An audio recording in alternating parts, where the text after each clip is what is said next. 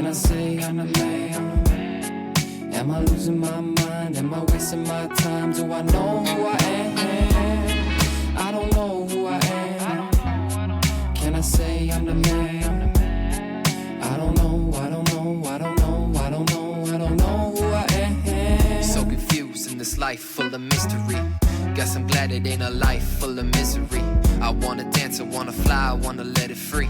But that's a different side of people they don't wanna see. Welcome to another edition of Unconventional Playbook, music by Latreille that you just heard. New theme song for Unconventional Playbook. Here with my guy, Patrick Buchanan. As always, Pat, how you doing, man? I'm doing good, Coach. Another good day, right? Sun kind of out today. Excited for another podcast, some more Minnesota talk, sports talk, hanging out with you, hanging out with UP Nation. Man, I'm always excited to get on this podcast with you, Pat, especially today, because we got a little bit of taste of our rookies. We're going to talk about that. And it's just an exciting time to be a Minnesota fan, period. Whether you're talking about the Twins, the Vikings, the Lynx, the Timberwolves. Man, it's just a great time to be living in the great state of Minnesota and just being a Minnesota fan. Oh yeah, always. When the sports is rolling and there's good things happening, there's excitement, build up excitement. Like let's chop that up all day long. It could be something different, So we gotta take advantage of this.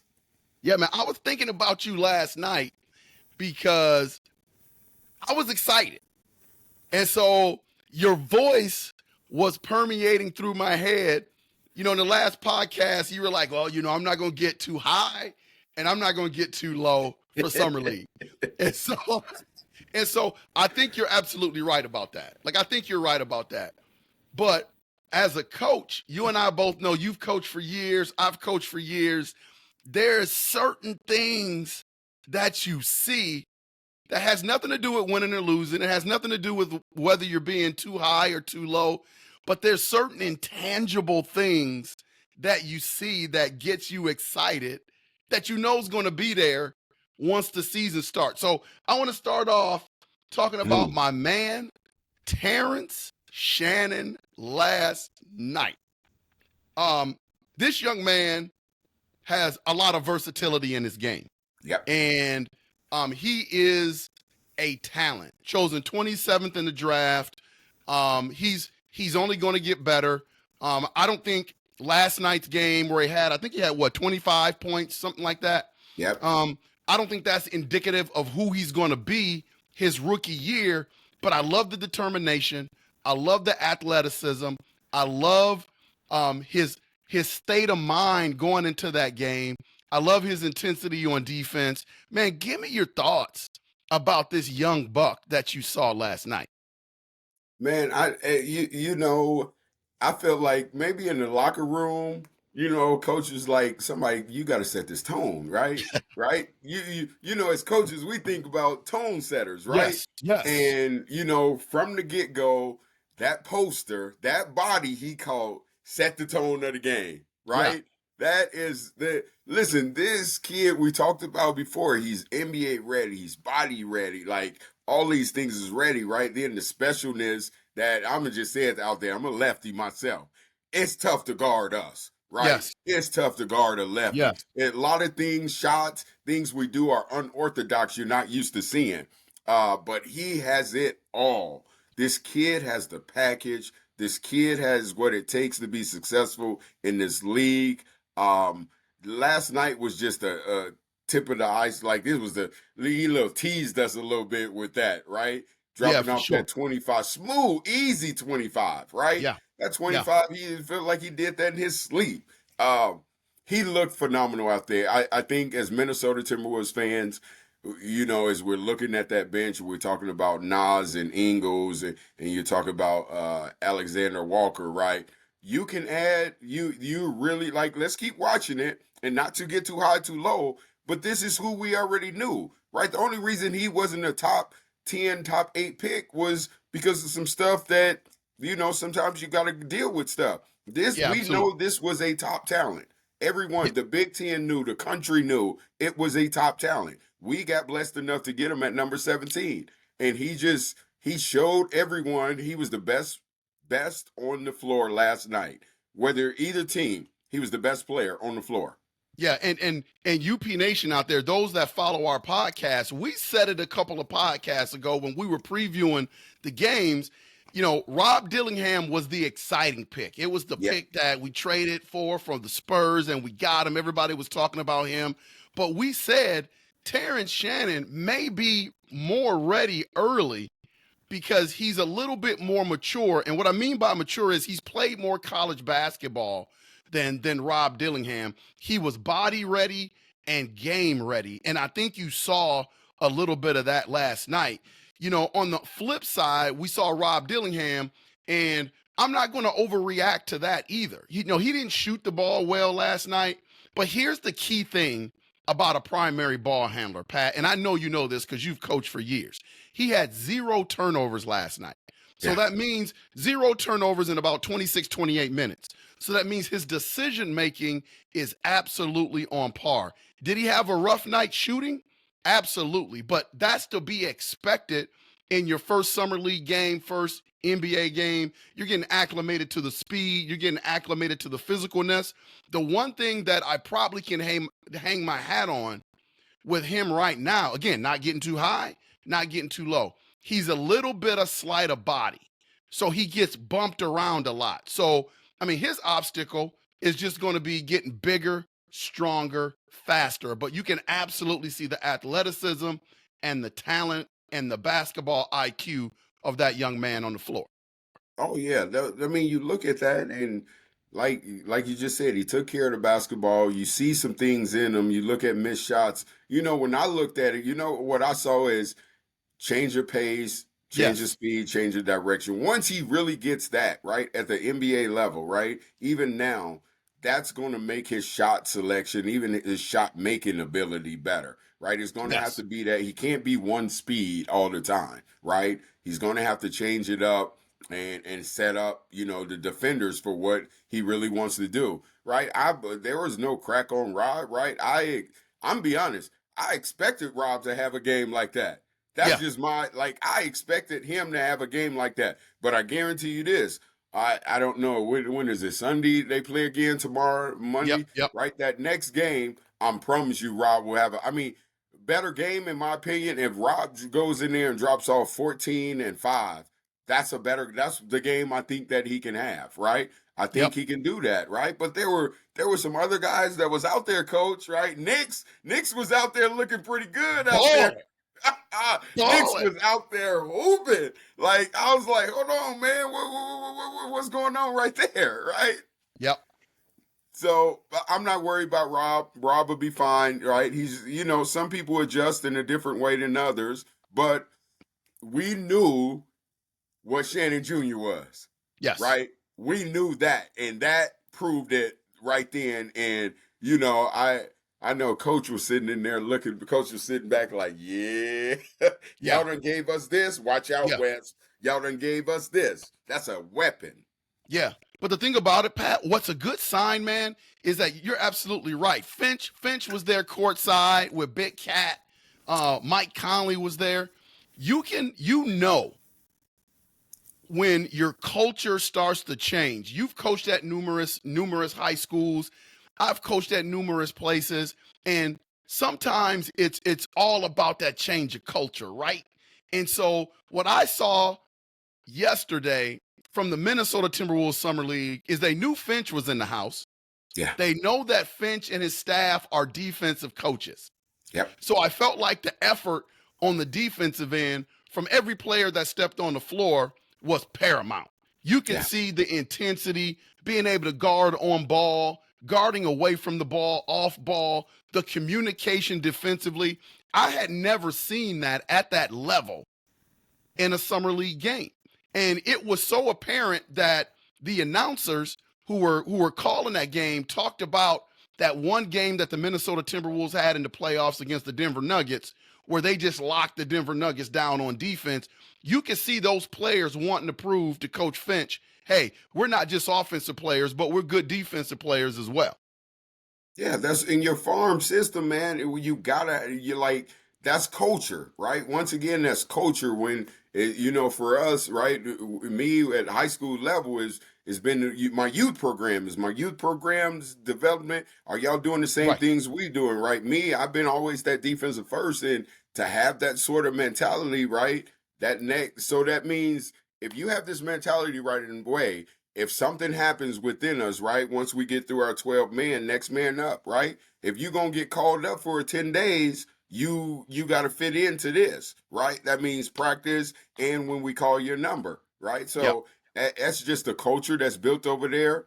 Um, they're doing a fantastic job, right? They got some other guys to join in it, but we talked about it before in the other podcast, right? What is our developmental program like? Yes. Like we talked about the developmental part of the organization, and listen, man, it's contagious. It's Yes. contagious, right? Yes. Yeah. If again, we're gonna pump the brakes a little bit. We're gonna pump them. Yeah. We're gonna pump the brakes, right? Because you want to see that level of consistently going forward. But Pat, I'm telling you, man, the one thing that I can say as a coach is like your first game, whether it's your summer league game or your first game in the NBA, that's your baseline. And I think it's safe to say, without going overboard, that both of these young men are going to become better players than what you saw last night. They're going to develop into better players. And that's a scary thought. That's a scary thought with what the Minnesota Timberwolves already have. And again, I don't think that's going overboard. I'm just being realistic about it. No, for sure. But here's when you talk about they're going to be better players. Let's just be honest. They're going to be playing with better players than they were Yes. playing with, right? Yes. When you actually playing with some better players, that even elevates your game of play as well, right? You either match it or you don't. And I just think the way that the culture is and the leadership, once again, two people, Mike Conley, Anthony Edwards, those two leadership, right? Like, let's give an example, right? We didn't talk about it yet, but when we talk about Team USA, there was some things that happened with Team USA that Anthony Edwards got on the floor, and it became contagious with everybody how hard they were going to work, the energy, right? Yeah. Well, it's the same things about to happen with Terrance Shannon and Rob, right? Yeah. So it's contagious, and with them around better people, I just can't wait. Oh my goodness, I can't even wait. I ain't even looked to see they put out the pools for the cup, for the Yeah. NBA Cup. I ain't even see who was in our pool, right? Yeah. Whoever's in our pool and whoever was at 1-2, I'm telling y'all about to watch out, man. Some added pieces to it. They're gonna be hungry. They're gonna be hungry. Timberwolves Yeah. gonna be hungry. Yeah. Let's keep it. Let's keep it with the Olympic team since you brought it up. What a lot of people don't know, UP Nation out there, Pat and I recorded a great segment yesterday. We had some technical difficulties. We couldn't use it. So we're going to regurgitate some of the stuff that we talked about on that podcast because it was a really, really good podcast. So let's talk about the Olympic team. You brought up Mr. Anthony Edwards, and I was semi-critical of Anthony Edwards. I talked about, look, man, if you're going to walk the walk, you got to talk the talk. I said, I hope he's not one of these athletes that's going to be more talk than substance. Anthony Edwards shut me up the other day because he walked out there and he looked like the number one option. Here is a man, and we haven't had enough dogs in Minnesota. Right. But here's a man that came out and said, amongst Hall of Famers and greatness that he's playing with, that I should be the number one option. And essentially, Pat, what he did was he stepped out there and showed that he should be the number one option. You shouldn't be bringing me off the bench. I'm the go-to guy. Like, what did you see from that young buck?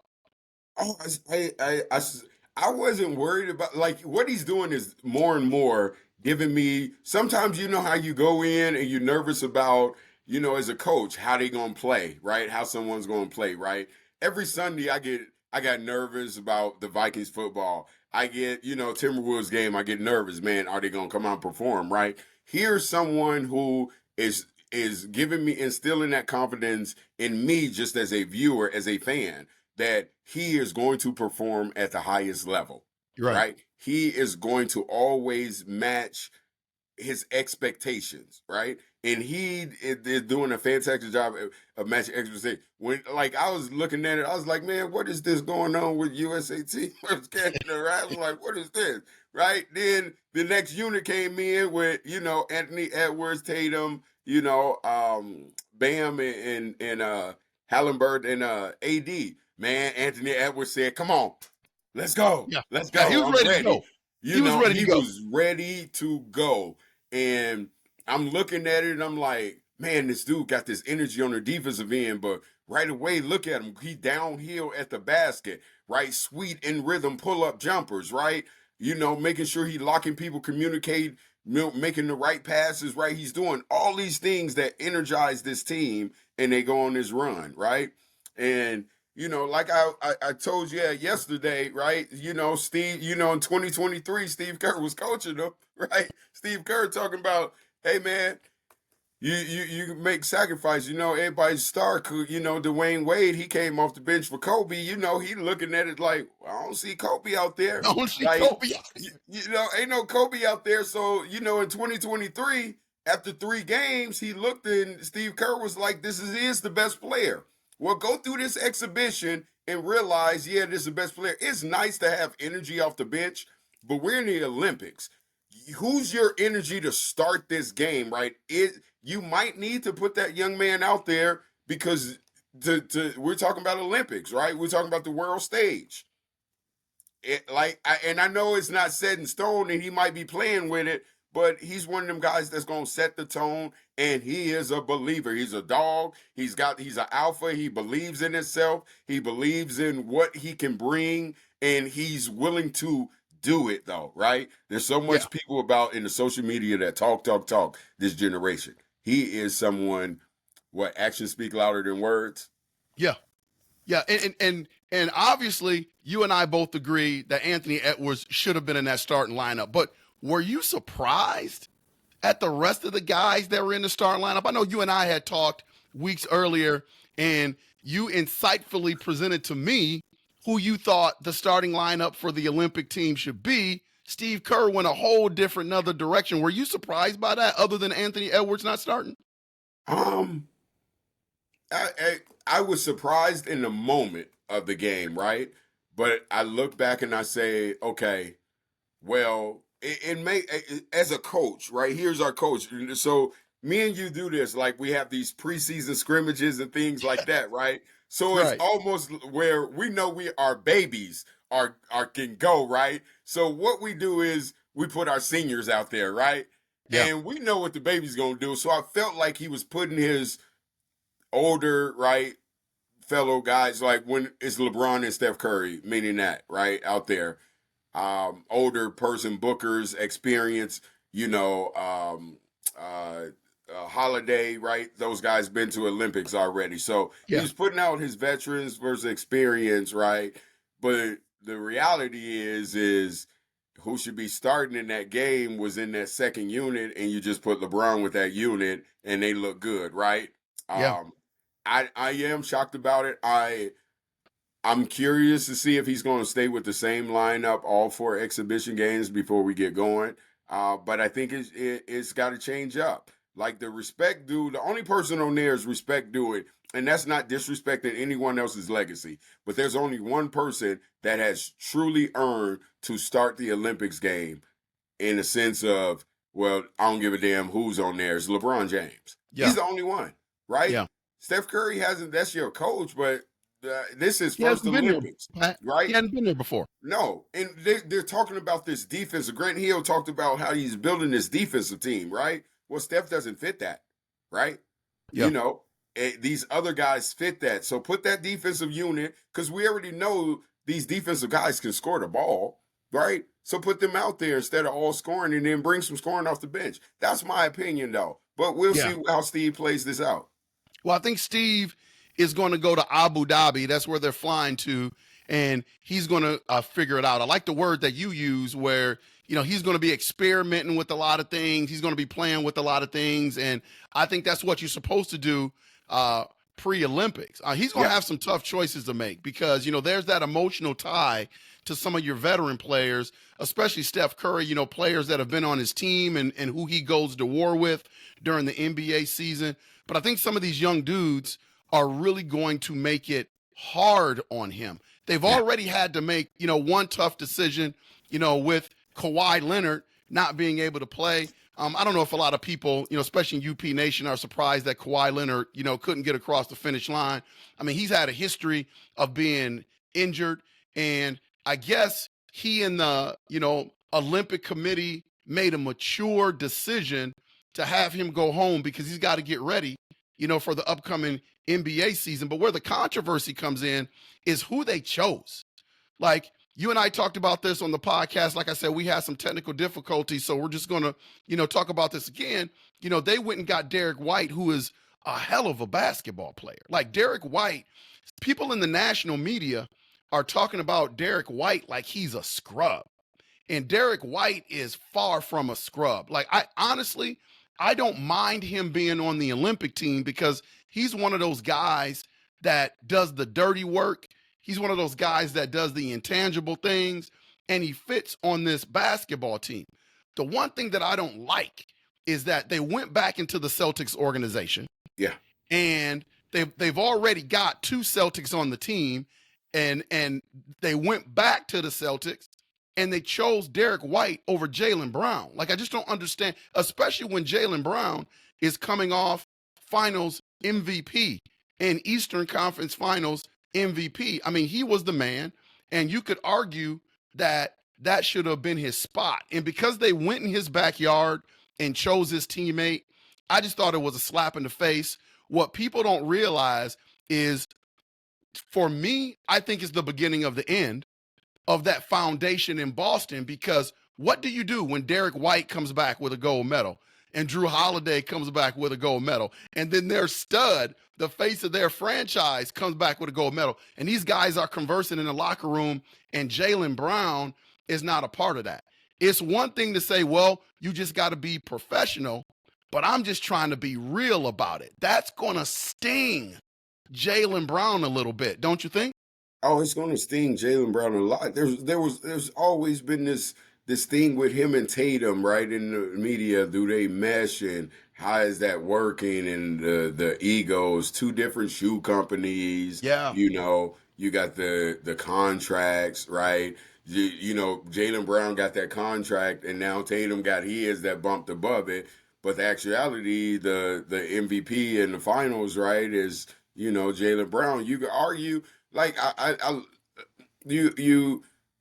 people say Tatum this, Tatum, and don't get me wrong, I love Tatum, but Brown is a monster, man. He's a stud he's since a dog, he came Pat. in. He's a dog. To what he's not in the camera personality. He's kind of dry, right? He just goes about his business, so you can't promote that. But his play says something different. You know what I mean?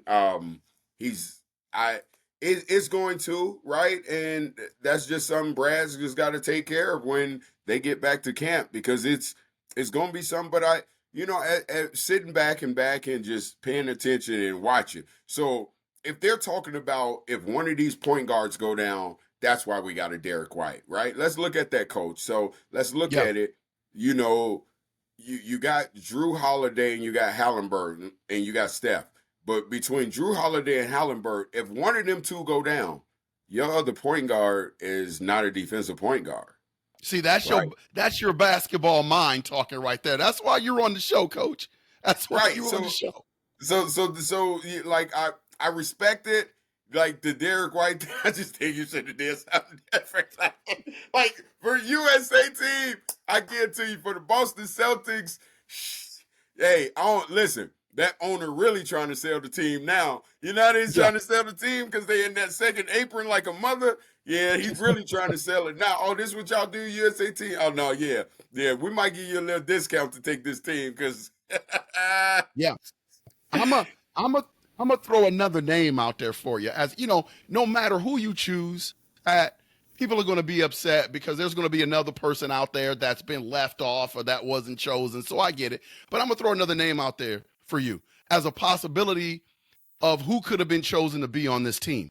Do you choose a Kyrie Irving? Now think about all the controversy he's been through the last couple of years, and we won't get into all that, but he's had a lot of controversy the last couple of years. Do you reach in that bag and go out and get Kyrie?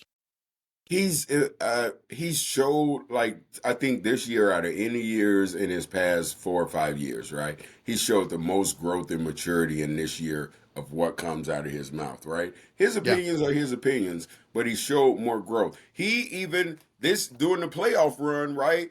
Of him saying he was in the wrong with the LeBron situation, Yeah. right? Of him, like he's He's admitting showing to it, maturity. right? What's that? I say he's showing maturity. Right. So that right there, like that wasn't fake. He had to do that for a 4 year. That was him growing and mature. So a walking bucket like that, that's a walking bucket, and that's a special walking bucket. But once again, like the general manager in me, like I'm thinking about my fantasy football team, right? How I do fantasy football, and I got these dynasty leagues I'm in, and I got to be a general manager and Right. filling in. I'm being Grant Hill right now. Does that fit? Right? We can Yeah. we can throw out all these different names. Does it fit what we need right now? Right? Yeah. And I don't think Kyrie, if Kyrie was a two-way player, like if he was getting buckets like that, but had Drew Holiday defense, then there's without a doubt he was the person you were supposed to get, right? But that's not who he is, right? So Yeah. I'll accept it. I mean, there's tons of names, right? You know, him and Spider-Man, right? Spidey play D. Spidey can go Yeah. get a bucket, right?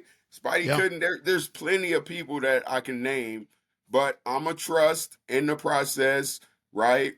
I have my opinions, you know. Jaylen Brown's always my number one. He's been my number one to be on that team even before this happened with Kawhi. Before they chose Kawhi, that's who I wanted. I said it in the podcast before. I'll say it again. Jaylen Brown should have still been on there, but I am a USA fan, and I am going to cheer him on and watch Anthony Edwards lead us to go. When you talk about the Olympic team, you know, there's been some news coming out that Kevin Durant hasn't practiced the last couple of practices. He got some injuries, and you saw a semi-close game with Canada. USA really didn't pull it out until, you know, that fourth quarter. Any concerns about the USA not being able to get this thing across the finish line and not bringing home a gold medal? I don't have any concerns. I think our depth is huge.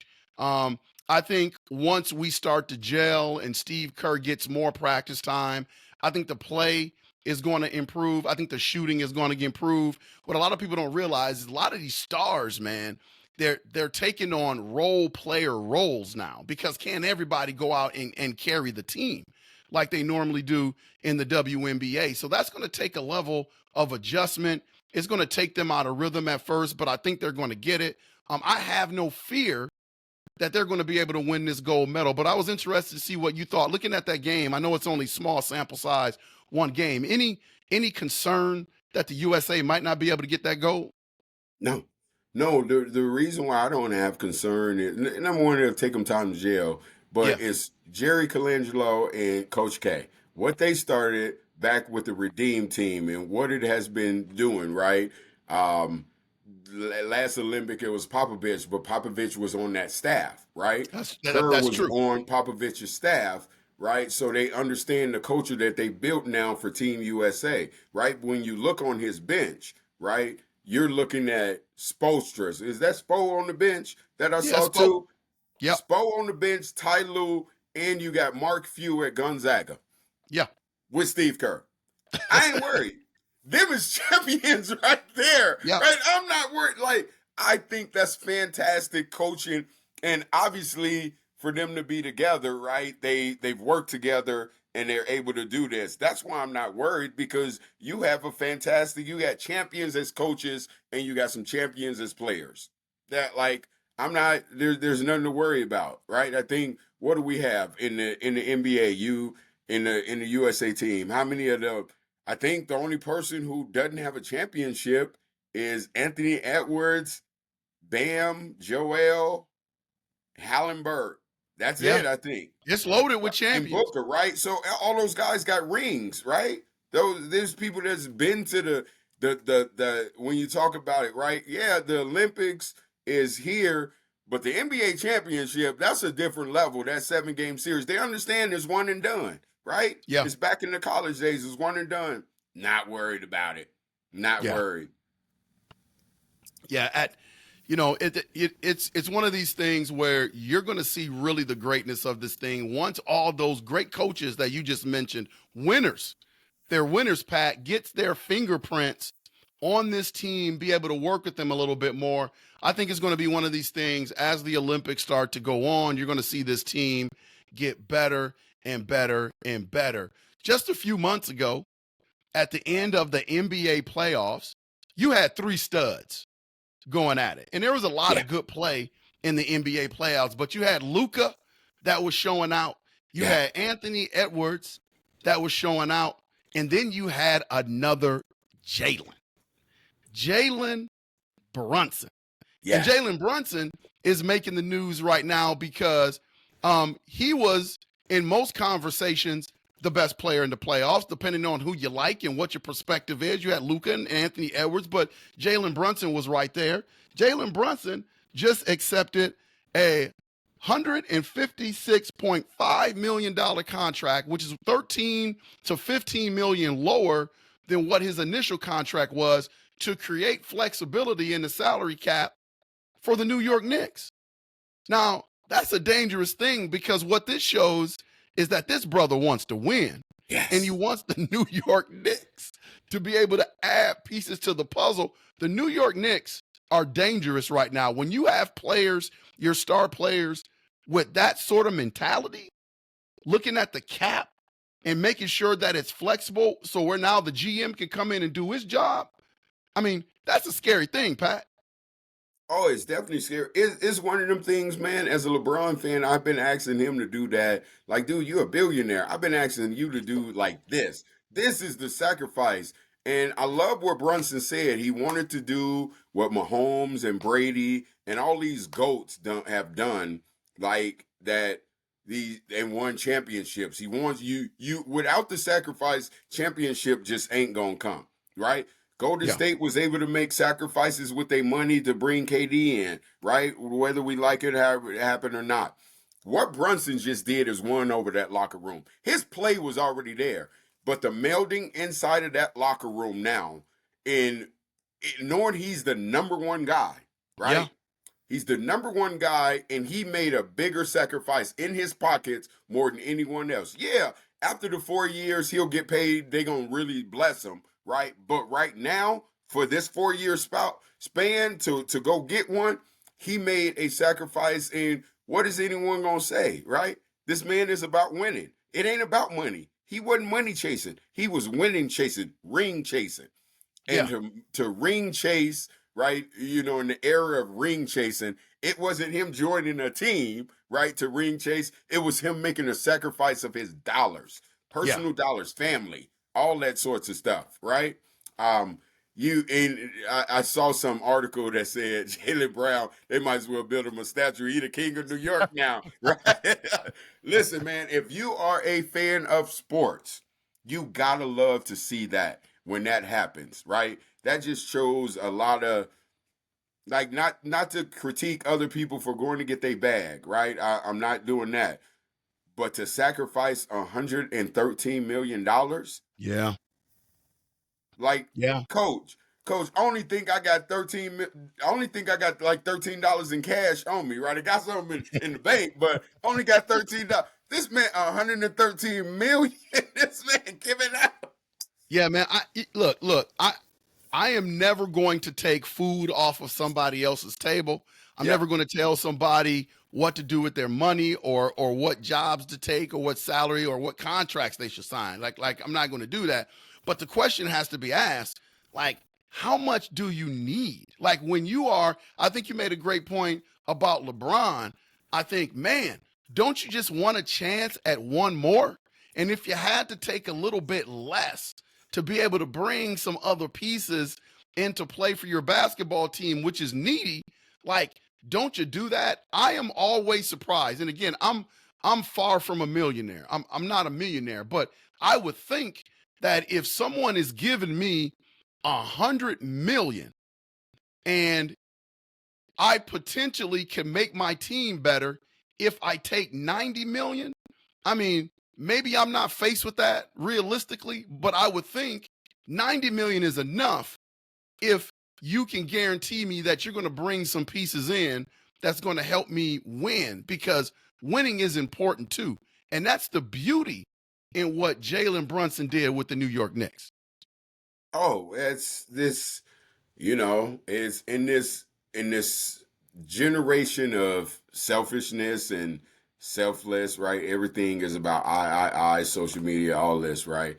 Like how many that's just is high character in the young man are doing it. Like I really like Jalen. Like I'm not a Tibbs fan, right? So it struggles for me to watch the Knicks, but Brunson can ball. Plus he's a lefty, right? That lefty love. But the man done made me just want to pick up the TV and make sure I tune in to see what they doing, right?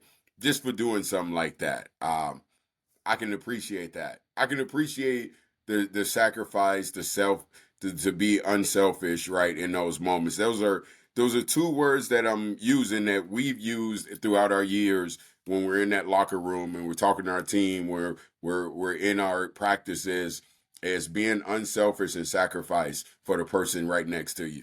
And he did it on the biggest stage right now as a professional. Yeah. Yeah. Definitely just a great move by Jalen Brunson. I think, I'm always pleased with organizations that can see what's in front of them and knowing that they have to make crucial decisions to get better. Like Boston is the carrot that's dangling for a lot of teams. You've got to be able to surpass them. And this is one of those moves that may fly under the radar for a lot of casual fans, but knowing what Jalen Brunson gave up contract-wise to be able to make his team better, I think that's very dangerous for the Celtics. See, I think a move like that is really more impactful than the Sixers going out and getting Paul George. Now, that's a great move, too, to try to become better than the Boston Celtics. But when you start talking contracts and being able to add some pieces, man, I thought what Jalen Brunson did was just absolutely fantastic.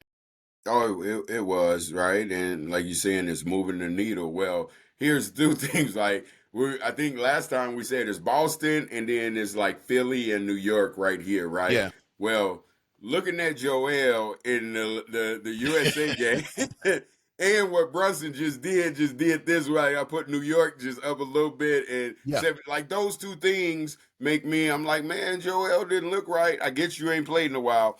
But then the Brunson sacrifice, right? Yeah. So that sacrifice is going. I don't even think they're in the first apron with the sacrifice, right? No, I don't think so either.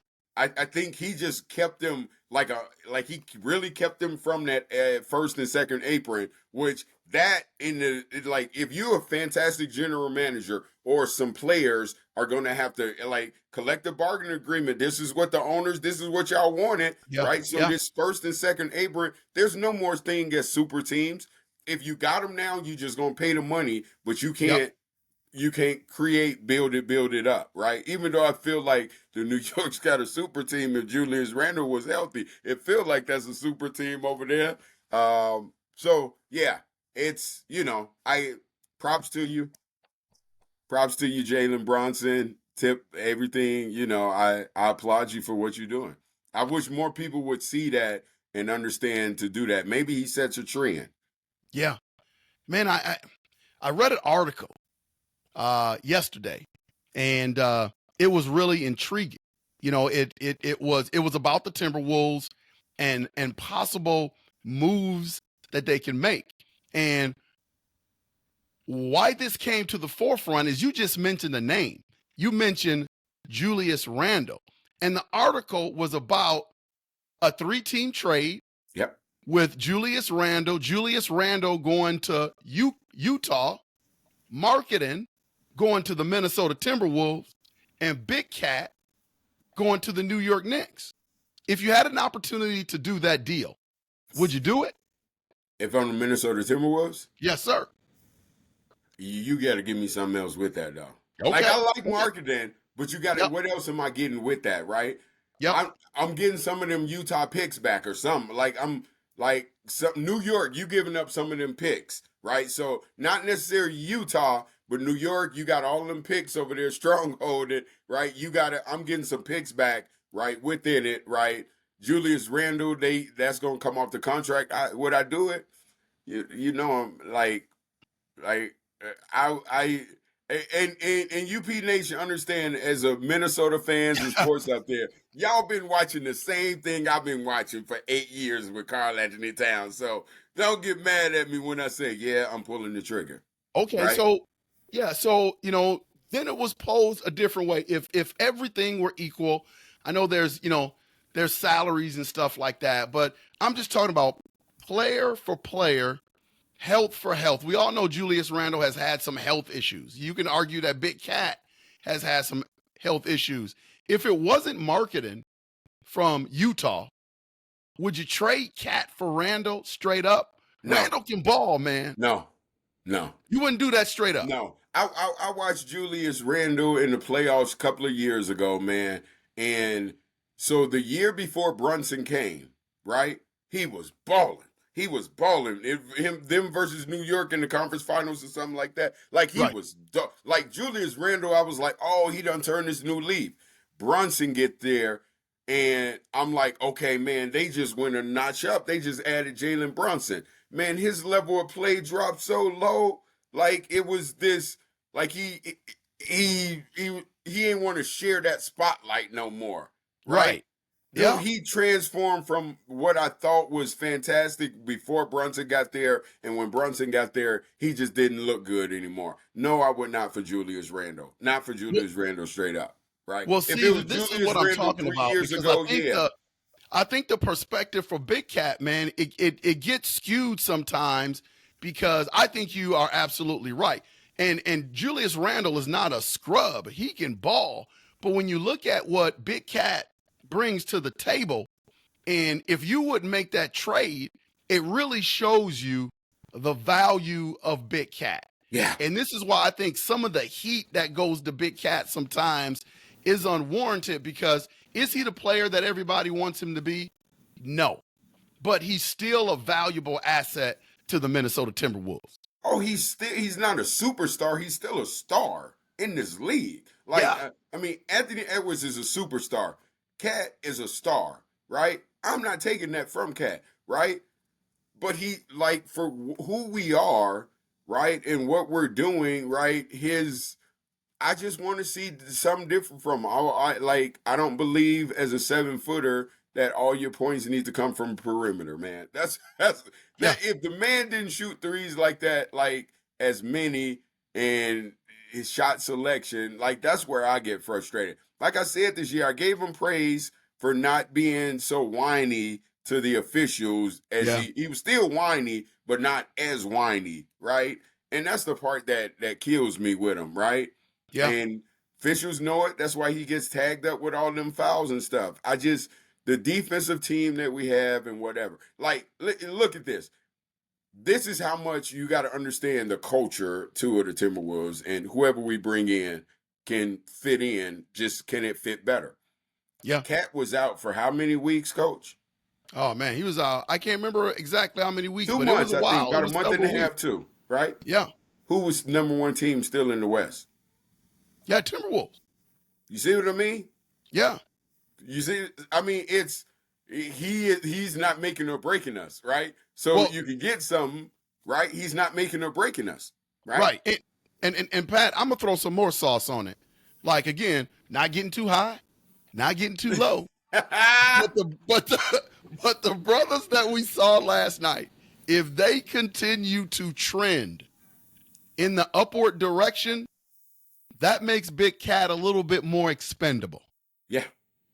That's where the Minnesota Timberwolves organization is. If these young dudes continue to trend in the right way, oh man, it's a beautiful thing. Oh yeah. Listen, if Minnesota can get out that damn second apron and get rid of damn Cat and get some like Larkin, like you're. if they can get out of it and get something that adds to what the culture they building over there, man, they gonna do it instantly. That man upstairs ain't listen. That same person traded to get people into Denver and out, whatever. Man, Conley, he's going, I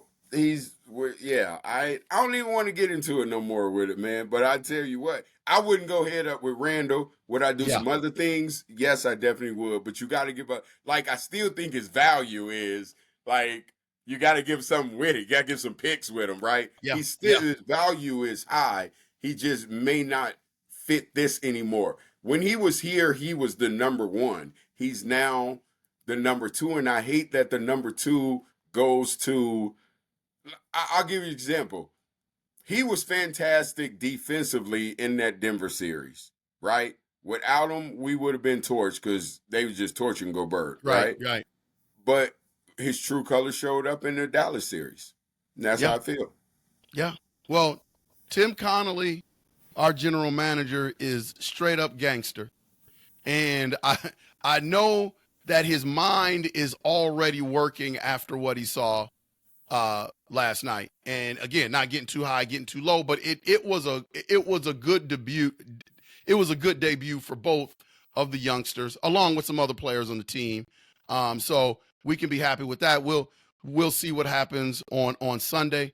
Man, lots of good stuff to talk about. We've got a list of things for UP Nation that we're just going to make podcasts about and talk about. So look forward to that. Hit that like and subscribe button. Hit that alert bell. So once we post our podcast, it'll come directly to you. And it also keeps the station growing. Again, I am blown away by almost 7,000 subscribers. Last couple of podcasts with me and Pat, just phenomenal feedback and a lot of views. So we are definitely thankful for that. We're going to keep putting out good content. This is the new look of Unconventional Playbook. We gave this a little bit of a facelift, and we're just going to keep this thing growing and getting better and better and better. Pat, as always, my friend, thank you for joining me today. I really, really appreciate it. I appreciate being here with you, Coach. You know that UP Nation, right? You becoming this little second family of mine, UP Nation, right? Spending some time with you, so I'm gonna treat y'all well. But treat me well as well. So treat us both. So take care of us. We're gonna take care of you, UP. But once again, appreciate being with you, Coach. As always, love. All right, man. Love to you as well. This has been Unconventional Playbook. For Pat and myself, Lionel Jones, we will see you when we see you.